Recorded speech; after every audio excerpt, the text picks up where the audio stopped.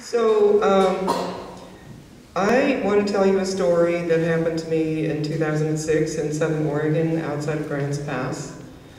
There was a particularly objectionable logging sale, and a bunch of the community had gotten very upset about this and had planned a protest. And the protest was to be held at dawn on the first day of the planned cut.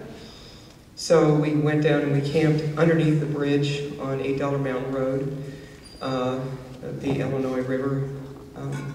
And at dawn, or right before dawn, we went up and stood on the bridge and kind of milled around and waited for the dawn to come and for people to show up. And so we see finally this line of cars and log trucks come down this grade towards us, and the first two cars were Forest Service law enforcement, and behind them were a number of cars and log trucks and things like that.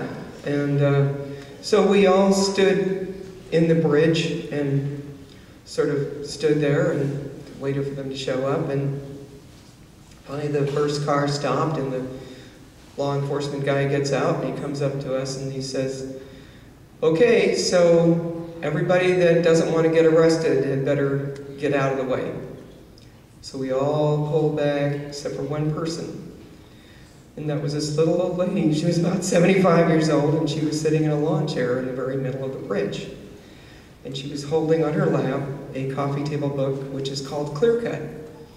And it was open to this page of a picture of a clear cut that was down a bunch of mountains in Oregon, and they were completely naked and looked really awful.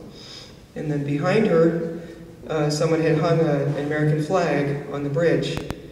And this photograph was taken by somebody from the UPI and was sent around the world, and I've got a copy of it on the desk, which Kevin and Jeffrey finally kindly found for me last night after I told the story at the workshop. At any rate, so there we were, and there she was, and so the law enforcement people came down and put her under arrest and took her chair and moved it over to the side, and then in the meantime, somehow one of the demonstrators hit a Forest Service cop over the head with a sign, and somebody else was involved, and so 3 or 4 other people got arrested too. And so all of this was sort of happening while this woman was sitting on the side, and nobody was paying any attention to her. And I looked over there and I saw, here's this woman, she's still sitting in her chair, and she's just really tense, and she's just got the same expression on her face, and she's just kind of sitting there.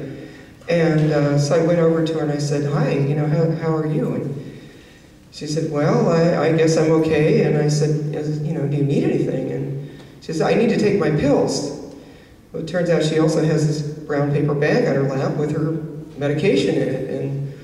And I said, "Well, okay, is there anything I can help you with there?" And so she was too upset to get the pills out, so I got the pills out for her, and we got the pills in her. And I said, "Do you need to take any food with these?" And she said, "Yes, actually I do." "Do you have any food?" "No, I don't." It happens that I had a banana in my backpack, so I get the banana out.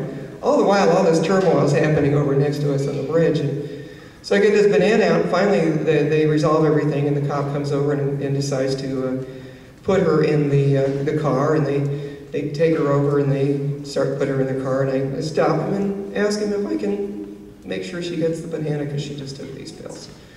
So she gets the banana, she, goes in the car and so on. And all the procession goes on up the hill behind us, and up on the hill behind us there is some other protesters that have actually chained themselves to trucks and things like this. So they had some more things happening up the hill that I didn't get to observe, but they got everything, taken off, and people, arrested. They didn't spend a lot of time in jail, but they proceeded to go ahead and start logging this area.